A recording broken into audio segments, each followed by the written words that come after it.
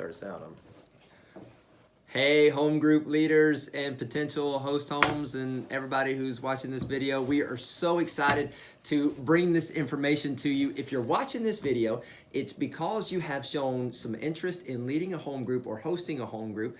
And so Rick and I want to kind of walk you through exactly what it means to lead a home group, to host a home group. And you're probably thinking, I can do both. No, that's kind of not the model. That's not what we've written. That's not what we prayed through. And so we want to be very clear about all the things that we want to give you and really equip you in the way that you're going to need to know moving forward with your home group, because this is so exciting. This is the thing that we have really been praying about. And we're excited because we have seen the joy of authentic community go so much deeper through these home groups, and Rick has even seen that even in his own personal home group, haven't you? Yeah, and some things we've done over the last years, we've kind of been beta testing these home groups, is we've worked out some of the kinks. Yeah. And so what we want to give you today is just like the real simple stuff that if we believe if you'll follow kind of the formula that we have for these home groups, is really going to be successful, and we're really going to see those measures that we're shooting Absolutely. for. So if you came to an interest meeting, or if you and I have personally talked and spoken about you leading or hosting a home group, I have probably given you this sheet right here. It has kind of a peach color at the top, and it has the practical tips for leading a home group. This is a very important sheet because it really gives the clear vision for what these home groups are really intended for. So we want this to be your group. We want this to be the people that come to your group. We want this to be their group. But one of the things that has to be clearly communicated from us and also from you as well is that these groups are missionally focused. They are really focusing on the priority of reaching people and the joy of authentic community, two of our values, and really trying to make sure that we take Christ's place literally to every place, and it starts right there in your home and in your community. So the biggest thing is that the word home stands for four things. The H being hospitality, O being outreach. Now, outreach is twofold. First element of outreach is that we are understanding from the very beginning that once these groups get to a certain size, that we're going to kind of close them off. But then also in about 12 to 18 months, we're going to launch out new groups. So the whole purpose and idea is that we're starting with a core group of maybe 4 people or 4 couples. And then once we reach our neighbors and we're doing outreach and we're being evangelistic, we're going to close our group. And then in about 12 to 18 months, we're going to launch them out. The second element of outreach is we want our home groups, we want them serving in the community together. Now, we've made it very easy with Make a Difference weekends, or if something is very passionate on your heart as a group, maybe you're serving at Good News at noon, or you're doing respite care here at Christ Place, whatever it might be, we want you guys serving together as a home group. And the third thing is meal. Very simple, very easy, but there's some element of fellowship every time these groups meet. And then the E being extend, and once again, it's when it gets to a certain point, we're going to launch out new groups, and we're going to see this thing just take our entire community just by firestorm. So Yeah, Andrew, can I just build on that a little bit and kind of give a little bit of our experience with our home group and how those things have worked out? Absolutely. The hospitality, the H, that was it's so easy in a home group setting because the host home, whoever the host home is, they need to be hospitable. That needs to be one of the spiritual gifts. It shouldn't be somebody that absolutely hates to have somebody over their house. Yeah. Your house doesn't always have to be perfectly clean, but we found as a family that it always gave us some motivation on Sunday afternoon to get our house clean. And then the outreach, I think lots of times we love community, but sometimes we want to close that community off and say, well, this is our group and we're going to meet forever. And I know with our home group, we've been meeting about a year. And let me tell you what I don't want to do. I don't want to stop meeting with this group. But what I know is that there's other people that need to be reached. And so our group has met a certain size that it's time for us to start 2 groups instead of 1. And listen, this is, Pastor Andrew said it before, it's cell reproduction. It's a healthy body is always reproducing cells.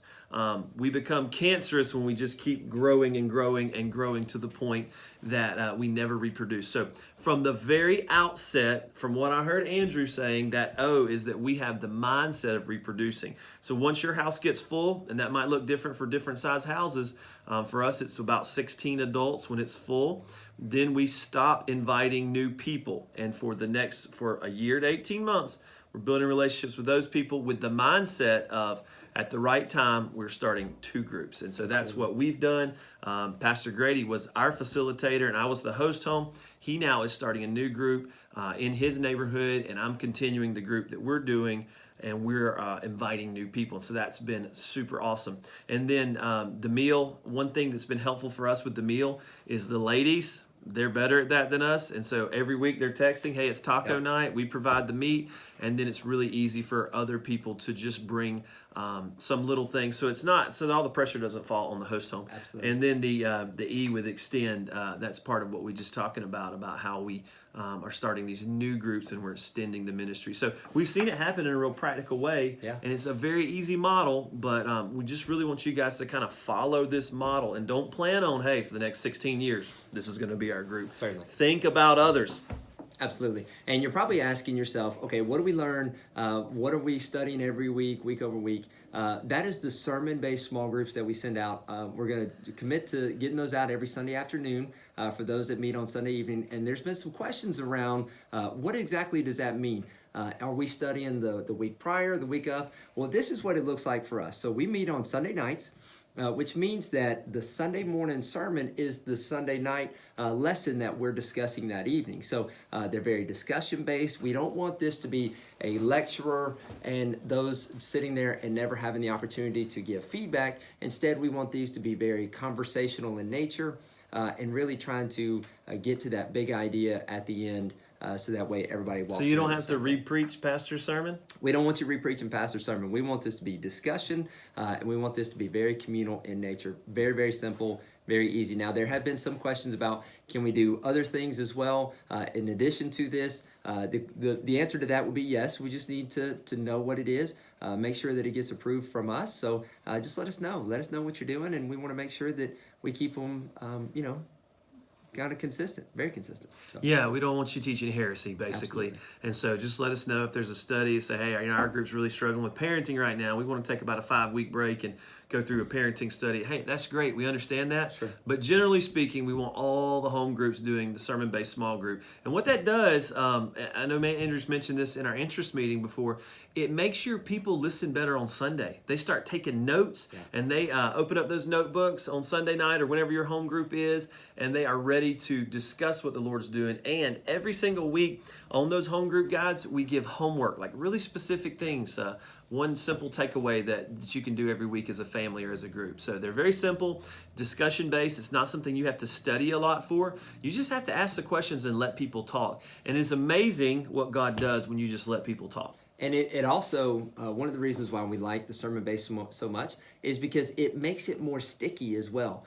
It gets the group to be more sticky. It gets them stickier to the church. And it helps us to really have a wide open front door with reaching our community. But it also kind of closes that back door to where it just makes more of a stickier church. And it's very, very healthy. We found. Yeah, and technology has helped us so much because if you miss Sunday morning, you can still watch it. Certainly. And so we send out the YouTube link usually every week of Pastor's Message or the Facebook live feed so that you can go back and actually watch that and your group can go watch it.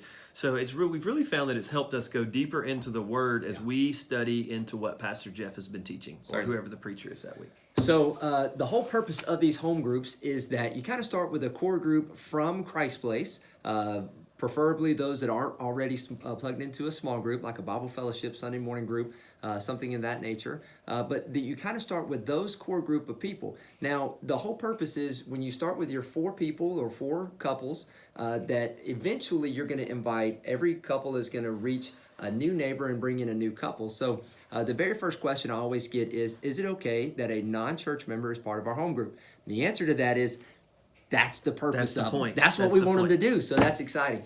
So every week we're going to make sure that you have some of these outreach cards. Now listen, if it's a lost person or someone who is unchurched, they're going to be a little overwhelmed with reading this entire thing. We want to make sure that they give us as much information that they're comfortable with, but the biggest thing we want them to do is at least have their name, maybe their email address, but definitely their phone number. And it's not necessarily so that Rick or I can reach out to them, although if they feel comfortable with that, we'd be happy to do that. But really so we can get them plugged into the system and we can kind of track their attendance too as well, because we want to make sure that, of course, we're keeping an accurate count on everybody that's coming. And it helps us for the future too as well. Makes a big deal. Well, and you're going to want that information because I don't know how your group is, Andrew, but my group connects through text messaging. Sure. We have a group text, which, group text can be frustrating sometimes, but it's also a great way to communicate. So you're going to want to put that new person that comes on your home on the group text just so they know they're always invited. Absolutely. And the biggest thing for home group leaders and host home leaders is that you use our Lead app. So Rick's going to show us the Lead app on your phone. It's very, very easy. He's going to show you what the Lead app looks like. It's going to say Lead. It has 3 circles on it. Let me see if I can get it to There you go. zoom in a little bit. Okay, so I'm going to press the Lead app button. Come on, Rick's finger. There we go. All right, and then I'm going to log in. Yep. And then I'm going to go to, this is my current home group. It says Sutton Herman. So I'm logging into that. Let me see if I can get it. There we go. So from there, to take attendance, I just click on this top button that says attendance. And I'm going to click on the 30th, which we didn't meet, but I would go through, and I've already clicked that we didn't meet, but typically this page will take you to a place that you can click every single member in your group.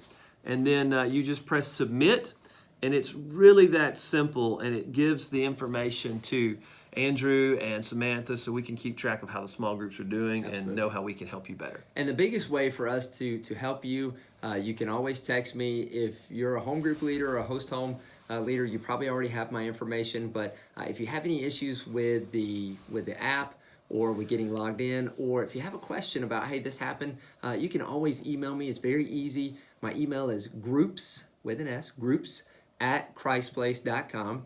And listen, we are relying on you in so many ways. You're doing such a great job. We are so thankful that you have committed to do something like this. This is going to completely change the way that you view small groups, that people view small groups, and it can really make an impact, a gospel impact in your community, your neighborhood, and in our entire region as well. Yeah, and remember the why. Why are we doing this? Do we want to end Sunday school, Bible fellowship? No, the goal is to take Christ's place to every place. We know that people are a lot more likely to come to eat a meal at your house that are your neighbors than they are to come to the big church. Certainly. And so we want to build those relationships. We want to share Jesus, and these home groups are the way we can do that. We've already seen it working. We can't wait to hear how it works in your neighborhood. Absolutely. Send us stories. We would love to hear them. And listen, we're partnered in this together, so we're here to help you in every capacity possible. Hey, one more thing. Andrew said, you start out with about 4 core couples. I wouldn't start out with many more than that, because what you do is you limit the ability to invite people from your community and from your neighborhood. So 4 is probably about the most you need to start with, 4 core Christ Place couples. If you have more than that, start 2 groups. We'll help you find those people and arrange them. But you've got to leave your groups open, or we miss the point of what we're trying to do. Absolutely. That's it. That's it. Cool. Thank you. Thank you, guys.